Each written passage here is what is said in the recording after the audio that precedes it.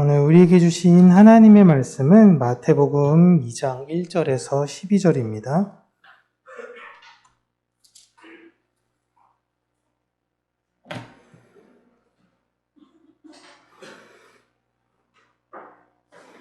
마태복음 2장 1절에서 12절까지 함께 읽겠습니다. 헤로드 왕 때에 예수께서 유대 베들레헴에서 나심에 동방으로부터 박사들이 예루살렘에 이르러 말하되 유대인의 왕으로 나신 이가 어디 계시냐? 우리가 동방에서 그의 별을 보고 그에게 경배하러 왔노라 하니 헤로드 왕과 온 예루살렘이 듣고 소동한지라. 왕이 모든 대제사장과 백성의 서기관들을 모아 그리스도가 어디서 나겠느냐 물으니 이르되 유대 베들레헴이오니 이는 선지자가 이렇게 기록된 바 또 유대 땅 베들레헴아 너는 유대 고을 중에서 가장 작지 아니하도다. 내게서 한 다스리는 자가 나와서 내 백성 이스라엘의 목자가 되리라 하였음이니이다. 헤롯이 가만히 박사들을 불러 별이 나타난 때를 자세히 묻고 베들레헴으로 보내며 이르되 가서 아기에 대하여 자세히 알아보고 찾거든 내게 고하여 나도 가서 그에게 경배하게 하라. 박사들이 왕의 말을 듣고 갈새 동방에서 보던 그 별이 문득 앞서 인도하여 가다가 아기 있는 곳 위에 머물러 서 있는지라. 그들이 별을 보고 매우 크게 기뻐하더라. 집에 들어가 아기와 그의 어머니 마리아가 함께 있는 것을 보고 엎드려 아기께 경배하고 보배압을 열어 황금과 유향과 모략을 예물로 드리니라. 그들은 꿈에 헤로데게로 돌아가지 말라 지시하심을 받아 다른 길로 고국에 돌아가니라. 아멘. 오늘은 하나님의 계획하심이라는 제목으로 하나님의 말씀을 우리 사랑하는 성도님들과 나누도록 하겠습니다. 예수님께서 이제 태어나시고 몇 년의 시간이 흘렀습니다. 몇 년의 시간이 흘렀고 아직 예수님이 어리시기도 하고 요셉의 여러 재정적 문제도 겹치면서요. 다른 지역으로 마땅히 이사가지를 못하는 상황이었죠. 그렇게 베들레헴에서 예수님의 그 가정이 있는 시절에 에돔 출신 사람인 헤롯이 지금 이스라엘을 다스리고 있었습니다. 에돔 출신은 에서의 이름이죠. 에서의 자손입니다. 에서의 자손이 지금 야곱의 자손을 다스리고 있는 상황이에요. 이때 동쪽에서 별을 연구하는 사람들이 아주 이상한 별을 감지하고 그 별을 쫓아 예루살렘으로 갑니다. 그러니까 예루살렘이 목적지가 아니라 별을 쫓아갔더니 그 예루살렘 근방까지 오게 된 거예요. 그런데 그 별이 갑자기 움직이다가 멈추게 된 것입니다. 갑자기 멈추니까 이제 이 박사들이 어디로 갈지를 모르겠는 거죠. 그래서 그 근방에 가장 권위자를 찾아가기로 했고 그 권위자가 바로 헤롯이었습니다. 그들은 당시 이스라엘을 대리로 지배하고 있던 헤롯에게 유대인의 왕으로 나실 리가 어디 있느냐라고 물어봅니다. 이에 헤롯이 깜짝 놀라게 되고 온 예루살렘, 이스라엘 전체가 들썩이게 된 사건이 일어나죠. 그리고 헤롯은 서둘러 학자들을 불러 모아 유대인의 왕이 오실 그 메시아가 어디에서 태어날 것인지를 알아봅니다. 그래서 그 학자들이 모여서 이야기하기를 미가서의 예언에 따라 메시아께서는 베들레헴에서 태어나실 것입니다. 라는 걸 알게 되죠. 그래서 헤롯은 그들에게 자신도 그 메시아에게 경배를 해야 하니까 당신들이 먼저 가셔서 유대인의 왕을 만나게 된다면 그가 어느 집, 어디에 있는지를 자신에게 정확하게 알려주십시오 라고 이야기를 해요. 그래서 박사들은 그 헤롯의 이야기를 듣고 이제 베들레헴으로 가자 하고 떠나려고 합니다. 그런데 공교롭게도 이들이 헤롯을 만나고 다시 길을 떠나려고 할 때에 별이 다시 움직인 것입니다. 놀라운 거죠? 그렇게 또 다시 별을 따라서 가다 보니 그 별이 또 다시 어떤 집에서 멈추게 된 거예요. 그때 이들은 직감한 겁니다. 아, 이 집에 계신 그이구나 라는 것이죠. 여러분, 그냥 제가 이렇게 쉽게 이야기해서 말씀드리는 거지, 별을 계산해서 컴퓨터가 있는 시대도 아닌데 이걸 삼각함수로 정확히 계산해서 거리를 측정해서 어디로 가야 된다라는 거 했을 때는요, 대단히 똑똑하신 분들이에요. 그 집을 정확히 계산해서 이 집 위에 별이 멈췄다라는 걸 우리 같은 범인들은 그냥 별이 오늘 예쁘네 이 정도지, 대단하신 분들이죠. 그리고 그 집에 들어가 보니 한 어머니가 아이를 데리고 있는 거죠. 그 아이가 유대인의 왕이구나 라고 이 동방의 박사들은 안 것입니다. 그리고 그를 위해서 보배합을 열어 예물을 드립니다. 그리고 그곳에서 하루 잠을 자고 이제 자기에게 이 정보를 알려준, 야, 베들레헴으로 헤롯이 알려줬으니까 얼마나 고마워요. 그리고 헤롯이 분명히 우리가 알려주면은 와서 경배하겠다라고 우리에게 신신당부를 했으니까 우리 헤롯에게로 가서 알려줍시다 라고 생각을 모으고 잤는데, 그날 꿈에 헤롯에게로 가지 말라라는 꿈을 어떤 한 사람만이 꾼 것이 아니라 아마도 공통적으로 함께 꿈을 꾼 거예요. 그래서 헤롯에게로 가지 않고 다른 방향으로 자신의 고향으로 돌아가게 됩니다. 이 내용은 워낙 많이 크리스마스 때마다 단골적으로 우리가 많이 읽어서 아는데, 오늘은 좀 우리 그것보다 좀 한 걸음 더 들어가서 우리가 좀 약간 더 생각해 보려고 하는데요. 그 동방에서 오신 박사들이 예수님께 드린 예물이 무엇이죠? 황금과 유향과 몰약이죠. 이분들은요, 어느 날 길을 가다가 유대인의 왕을 갑작스럽게 만나서 자기가 갖고 있는 것 중에 가장 귀한 걸 유대인의 왕에게 드린 것이 아닙니다. 별을 연구하고 보니, 그 유대인의 왕이 오실 건데 우리가 많이 준비해서 왕에 부합한 예물을 가지고 떠나자라고 계획하고 갔던 사람들이에요. 이들은 공부를 엄청나게 많이 했고 굉장히 박식하신 분들입니다. 이분들은 별을 연구하는 걸 넘어서서 수많은 다른 나라의 서적을 비교하면서 읽으셨을 것이고, 여러 서적을 읽는 것 가운데에 이 세상에 왕이 올 것이라는 예언도 분명히 알았을 것입니다. 그리고 그 예언이 이루어졌다라는 것을 별을 통해서 알게 된 것이죠. 그런데 공교롭게도 예수님께서 태어나자마자 바로 안 것이 아니라 시간이 지나고 난 이후에 이들이 연구를 통해서 메시아가 탄생했다라는 것을 알게 된 거예요. 천체의 움직임을 보고. 그리고 준비한 예물이 황금과 유향과 몰약인 거예요. 그냥 즉흥적으로 가져간 게 아닌 것입니다.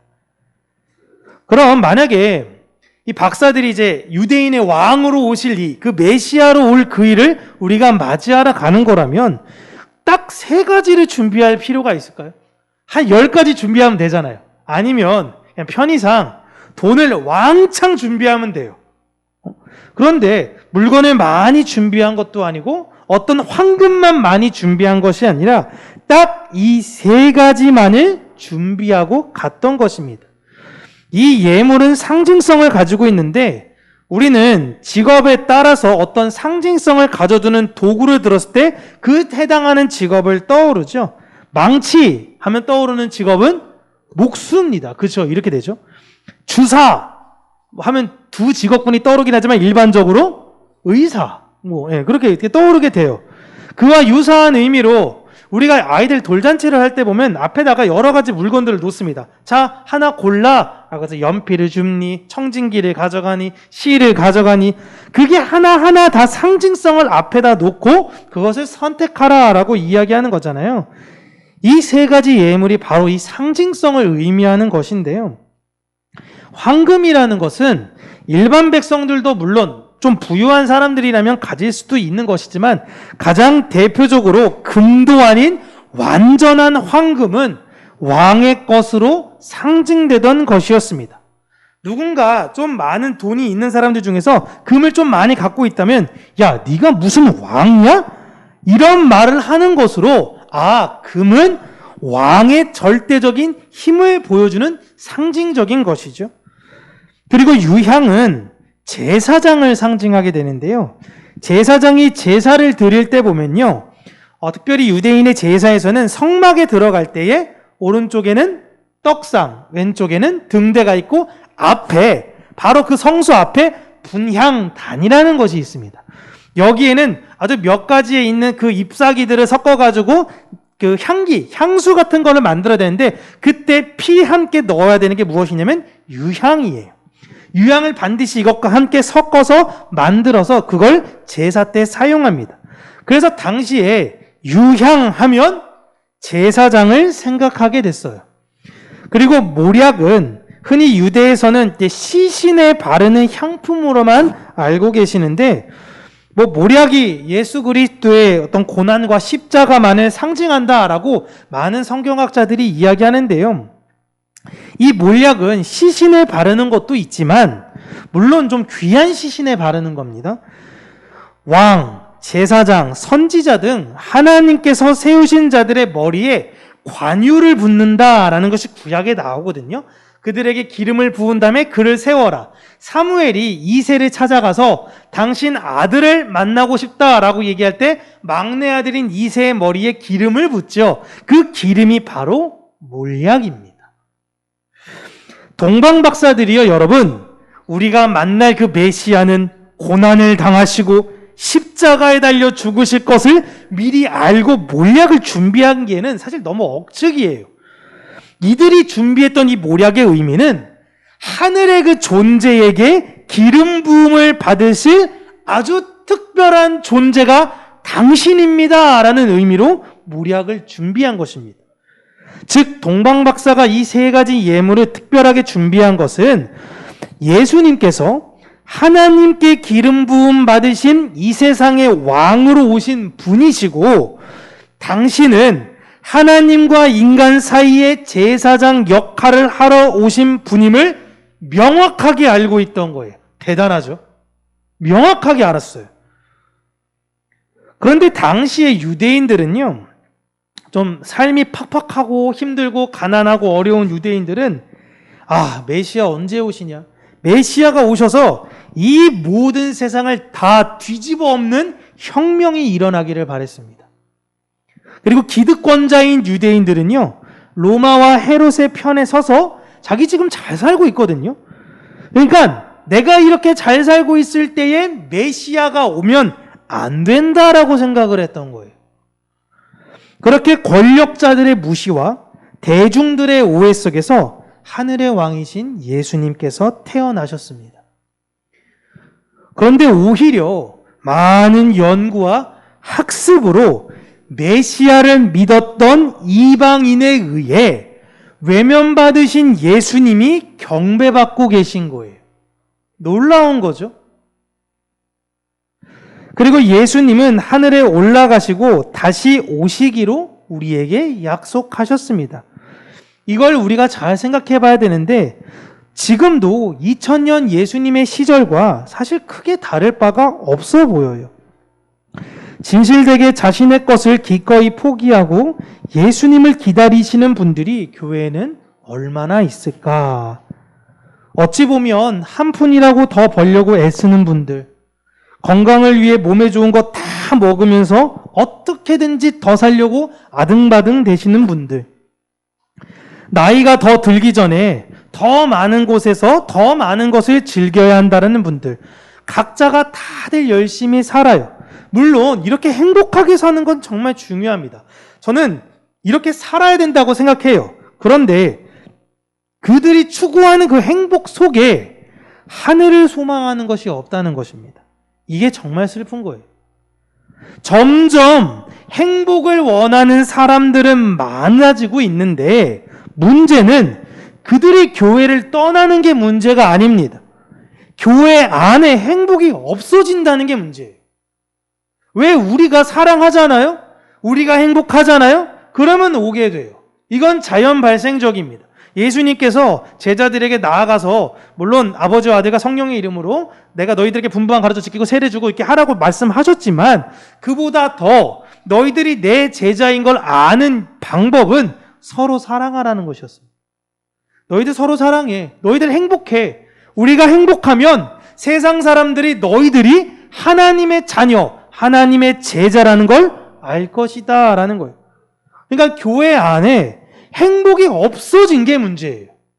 그러니까 교회 오면 시험 들죠. 교회 오면 상처받죠. 교회 오면 힘든 거예요. 밖에 나가면 어때요? 오히려 자유한 겁니다. 교회가 자유해야 되는데 교회가 얼가매고 올가매고 이 사람들을 쥐어짜내고 이게 슬픈 거죠. 누가복음 18장 8절 보시면 예수님께서 이런 말씀을 하십니다. 내가 너희에게 이르노니 속히 그 원한을 풀어주시리라. 그러나 인자가 올 때에 세상에서 믿음을 보겠느냐 하시니라. 이 내용은 불의한 재판관과 억울한 과부를 비유로 든 내용의 결론입니다. 이 세상 마지막에 이렇게 불의한 들어주지도 않을 것 같은 재판관에게 어떻게든지 바지가랑이를 붙잡고 애원하는 과부 같은 이가 하나님을 향해 불의하지도 않은 의로운 하나님께 매달리는 자가 있겠느냐라고 예수님께서 물어볼 때의 결론은 없다는 거예요. 슬픈 건 예수님이 없다면 없는 거예요. 그렇게 없어질 거라는 거예요. 복음에, 말씀에, 진리에 사람들이 관심이 있을까? 예수님이 이걸 지금 반문하는 겁니다. 내가 다시 올 때에 얘들아, 진짜 세상에서 하나님을 바라보는 이들이 있겠니? 없다는 거예요. 이게 너무 슬픈 이야기죠. 지금 아무도 관심이 없는 유대인의 왕의 탄생에도 오히려 이방인이 가장 큰 관심을 가지고 있고 도리어 그 유대인의 왕을 어떻게든 제거하려는 사람들이 유대인에게 있었던 것처럼 마지막 날에는요, 교회에서 진리를 외치는 자들이 그 진리 듣기 싫어하는 자들에 의해서 제거되는 거예요. 교회 안에 그런 슬프고 비극적인 일이 일어나는 것입니다. 만약 동방박사가 말하는 유대인의 왕이 진짜 메시아라면 여러분 이거 지금 해석해 줬잖아요. 헤롯이 물어보지 않았습니까? 야, 메시아가 어디서 태어나? 얘기해봐. 그러니까 이 의견을 모아서 온 것이 미가의 예언대로 베들레헴에서 태어나실 거라고 하셨습니다. 알아요. 다 알아요. 연구했으니까요, 평생을. 근데 내가 연구한 그이가 진짜 저 이방인에 의해서 베들레헴에 태어났다라는 게 지금 내가 믿어진다면 그 동방박사들과 함께 가야죠. 함께 가야 되지 않겠습니까? 그 메시아가 진짜 탄생한 것이라면 아무도 안 가요. 열리를 제쳐두더라도 대제사장에게 보고가 가야 되는 거 아닙니까? 그리고 헤롯이 이후에 나오는 사건이지만 베들레헴 지역의 남자아이들 2살 밑으로 다 죽여버립니다. 그때에 목숨 걸고 막아야죠. 메시아가 죽을 수도 있는데 아무도 함께 가지 않고요. 아무도 신경 쓰지 않아요. 처참하지 않습니까? 모두가 다 자신의 안위와 보신만을 위해서 살아가고 있을 때에 동방박사들이 이 이방인들이 헤롯에게 유대인의 왕을 물어본 것입니다. 여러분 보시면 당시는 로마가 세계를 지배하던 시절이었습니다. 로마가 이제 모든 왕들을 다 굴복시켰어요. 이러한 상황에 갑자기 새로운 왕이 등장할 것을 알리는 건요, 이 동방박사의 입장에서는 굉장히 위험한 겁니다. 자기들 죽을 수도 있어요. 그들의 주장에 따라 진짜 하늘의 왕이 오시게 된다면 로마 입장에서는 너무 위험하죠. 싹을 잘라야죠. 그리고 로마를 따르던 사람인 헤롯 입장에서도 굉장히 위험한 것입니다. 나는 에서 가문 출신인데 유대인들의 왕, 야곱 가문의 자손에서 왕이 나타난단 말이야? 그럼 우리 가족들, 우리 가문들은 다 어떻게 돼? 죽여버리자. 그렇게 헤롯은 자신의 지위를 지키기 위해 남자아이들을 다 죽인 것입니다. 만약 동방박사들이 다음날 일어나서 헤롯에게로 갔으면 이분들 다 잡혔어요, 그냥. 다 잡혀서 감금당하고 이분들도 입막음으로 살해당했을 수도 있을 것입니다. 여러분, 우리는 다시 오실 예수님을 기다리는 사람들입니다. 가끔씩 제가 크리스마스 때 유럽에 관련된 거에 대한 사진이나 이런 걸 보면요, 크리스마스 때 준비가 완전 떠들썩하더라고요. 도로가 너무 아름답고 길거리가 너무 화려하고 보이는 나무마다 다 성탄트리로 만들고 너무나 좋아요. 근데 그들은 누구를 기다리는 것일까요? 누구를 위해서 그런 것들을 하는 걸까요? 정작 보면 본인들의 축제가 됐어요. 오죽하면 우리나라에서도 여러분, 예수님 안 믿는 분들이 이게 대제공휴일, 왜 크리스마스는 대제공휴일 안 하냐고 막 난리를 치잖아요. 진짜 기다리는 게 예수님이 아니에요. 아이들은 누굴 기다리나요? 교회 다니는 아이들도 산타클로스를 기다려요. 산타클로스. 예수님은 오시면 뭐 줄 건데, 십자가를. 그거 가져가세요. 무슨 십자가를 줘. 지금 필요한 게 그게 아닌데. 애들도 기다리는 건 다 산타클로스입니다. 그러나 여러분, 교회는 다시 오실 예수님을 기다리는 자들이에요. 교회는 그 사명 하나로 사는 사람들입니다. 마지막 날에 주께서 믿음을 보시겠냐라고 말씀하신 것은 예배당 떠나지 말고 예배당을 목숨 걸고 지켜라 라는 말한 것은 사실 아니에요. 그렇다고 예배는 드리지도 않으면서 난 자유해 놀러 갈 거야. 오늘 주님은 해변에서 나와 함께, 오늘 주님은 나와 산 정상에서 나와 함께, 어디든지 계신 하나님 영광 받으소서 하면서 놀러 댕기면 본인이 알잖아요. 진짜 이게 자유인지 기만인 건지. 그게 아닌 거예요. 우리의 삶에서 메시아를 기다리는 사람이어야 합니다.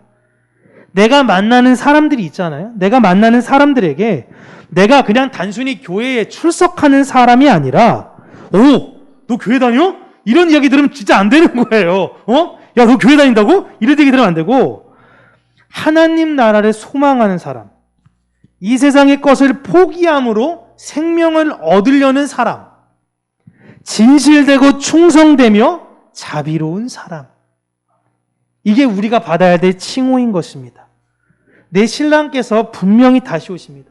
아버지께서 가라고 하실 그때에 우리를 맞이해서 우리와 영원히 거처할 그곳을 다 마련하신 그날에 우리를 데리러 오실 거예요. 그때 그가 우리에게 정온 때 주신 십자가를 잘 들고 있다가 그분이 오셨을 때 맞이하러 나갈 준비가 된 사람들, 그들이 바로 교회입니다. 우리는 그 사명을 잘 감당하는 거예요. 여러분, 교회는 스펙타클하고 막 엄청나게 화려한 일을 하는 것이 아니라 딱 이거 하나예요. 신랑이 신부에게 요구하는 게, 여러분, 자, 신부요, 당신도 돈 벌고요, 뭐 하고요, 이런 거 사업 확장 이만큼 시킨 다음에 지참금 이만큼 갖고 와, 요구하지 않으셨습니다. 내가 당신에게 갈 때까지 순결하게 내가 당신에게 그 준 예물을 잘 가지고 인내하세요. 이게 신부의 역할이에요. 우리가 이 세상에서 하는 거 그거밖에 없습니다. 주님 언제 다시 오시나요? 오늘 나는 주님을 바라보며 사는 순결한 신부로 사는 그게 우리의 유일한 사명인 것입니다. 그런데 이 세상에, 몸된 세상에 살다 보니 일도 하기도 하고 여러 가지 관계를 가지기도 하고 그런 관계에서 여러 가지 일들이 발생이 되어지지만 가장 중요한 건 내가 주의 신부로 있지 않고 사는 것입니다. 하나님께서 예수님을 창세 전의 약속과 계획 안에서 2000년 전 그 시기에 태어나게 하셨습니다. 우발적으로, 우연적으로 예수님은 내려오신 것이 아니에요. 그렇다면 하나님의 모든 계획은 완전하고 완벽합니다. 우리 또한 하나님의 완전하신 약속과 계획 안에서 이 시대에 태어난 거예요. 그리고 우리가 만난 거고 이 장소에 함께 있는 것입니다. 내가 해야 할 사명을 잘 분별할 수 있는 그 지혜와 하나님의 뜻을 잘 이행하시기를 바랍니다. 어려움 속에서 여러 가지 힘든 일이 있고 세상에서 부딪힐 수도 있죠. 인내하시기를 바라요. 왜요? 우리는 이제 더 이상 나의 유익을 위해서 사는 사람들이 아니거든요. 우리는 주의 신부로 부름받은 자로서 그 순결을 지켜야 되는 사람이니 이 세상의 유혹과 싸워 이기는 그리스도의 순결한 신부가 되시기를. 그래서 예수님께서 인자가 올 때에 세상의 믿음을 보겠느냐라는 것이 아니라 잘했다, 착하고 충성된 종아라는 그 예수님의 칭찬을 듣는 저와 여러분, 우리 평강교회가 되기를 주님의 이름으로 축복합니다. 기도하겠습니다. 참 좋으신 하나님 아버지, 하나님 우리의 마음을 지키시고 우리 마음 안에 이 세상을 바라보는 영을 분별할 수 있는 지혜를 허락하여 주시며 하늘을 언제나 소망하며 주의 순결한 신부로 사는 자들이 되게 하여 주시기를 간절히 간구하고 소원합니다. 하나님, 이 세상 살아갈 때에 너무나 힘들고 너무나 어렵고 지칠 때가 많이 있습니다. 그럴 때마다 우리 안에 예수 그리스도의 그 분명한 십자가와 은혜와 사랑을 다시금 알게 하여 주셔서 우리가 좌로나 우로나 치우치는 것이 아니라 다시 오실 주님을 바라보며 묵묵히 인내하며 살아가는 우리 평강교회 모든 성도님들이 될 수 있도록 은혜에 은혜를 더하여 주시옵소서. 예수님 이름으로 기도합니다. 아멘.